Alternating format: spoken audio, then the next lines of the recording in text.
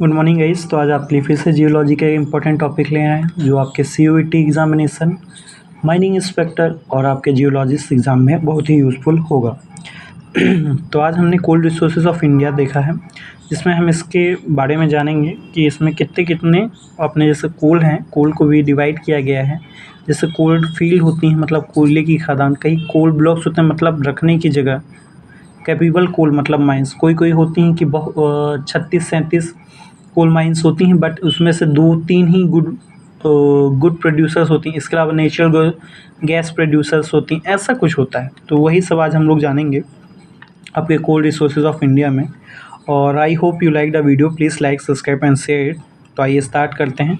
इससे ये बता दें हम कि जैसे आपका बहुत मतलब 2-3 जगह है जो आपको बहुत ज़्यादा याद होना चाहिए कि आपका एक दामोदर वैली रीजन कहलाता है, जिसमें आपका वेस्ट दामोदर वैली है ना, जिसमें आपका वेस्ट बंगाल, ठीक है, और क्या आता है आपका बिहार। ये 2 प्रोड्यूसर हैं। वेस्ट बंगाल में एक रानीगंज कोलफील्ड है, वो सबसे ज़्यादा हाई प्रोड्यूसर है ऑल टाइम और सबसे ज़्यादा पुरानी भी है। तो आई होप यू नो और you know this is the best and I will start our topic.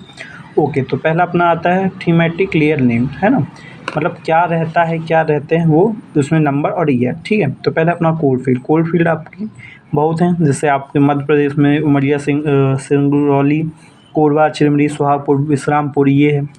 और आंध्र प्रदेश सिंघारनी हो गई, आपके बिहार में जरिया, गिरिडीह, गुरबा, बकरो, करणपुरा, ये सब वेस्ट बंगाल में रानीगंज, ये सब आपकी कोल फील्ड में आती हैं, जिसमें नंबर है 35, है ना, 35 हैं, जो कि किस सर्वे में बताया गया था 2020।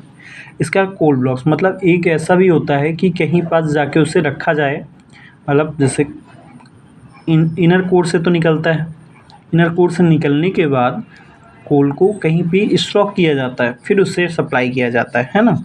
तो वो अपने यहाँ 781 है। ये सर्वे कौन सा 2020 में।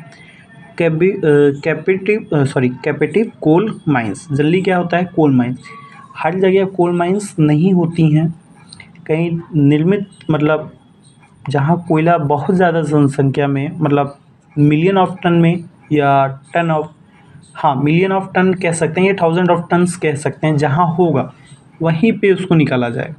ऐसा नहीं है कि आज हम लोगों के घर के नीचे 100 टन हो, 100 भी टन का है, 10 टन भी होगा तो लोग निकाल नहीं सकते, ऐसा नहीं होता है ना। तो वो 65 है। ये सर्वे कब था 2020 में। कोल माइंस क्या होता है, 2 टाइप्स ऑफ कोल माइंस होती हैं। पहला है ओपन माइंस और सेकेंड है क्लोज्ड माइन।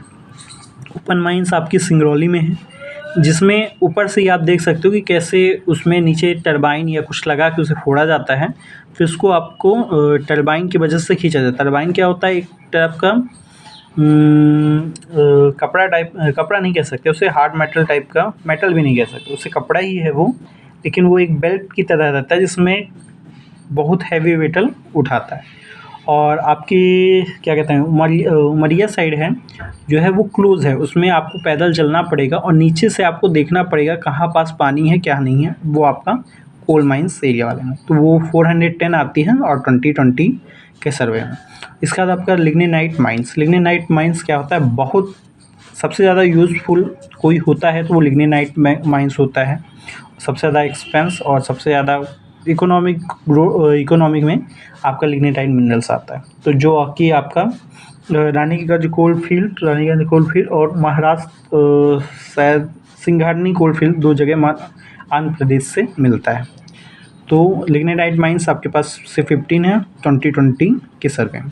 समटाइम्स ऐसा होता है कि कई माइंस अपना मतलब पूरा कोयला निकालनी होती हैं तो यूज़फुल नहीं होती, तब उसे सरकार बंद करा देती है और फिर उसकी जगह फिर नई माइंस लगती हैं। इट मीन्स मतलब अगर इसमें अभी आपको कोल फील्ड 35 दिख रही हैं, इनफैक्ट उनमें से 4 का अर्थ इंटीरियर कोयल जो कोयल होगा वो निकल आएगा, इसका मतलब अभी घट जाएंगे, है ना। ये प्रेजेंट 220 में से शायद ये बढ़ भी गई हूँ, चाहे लेस भी हो गई हैं।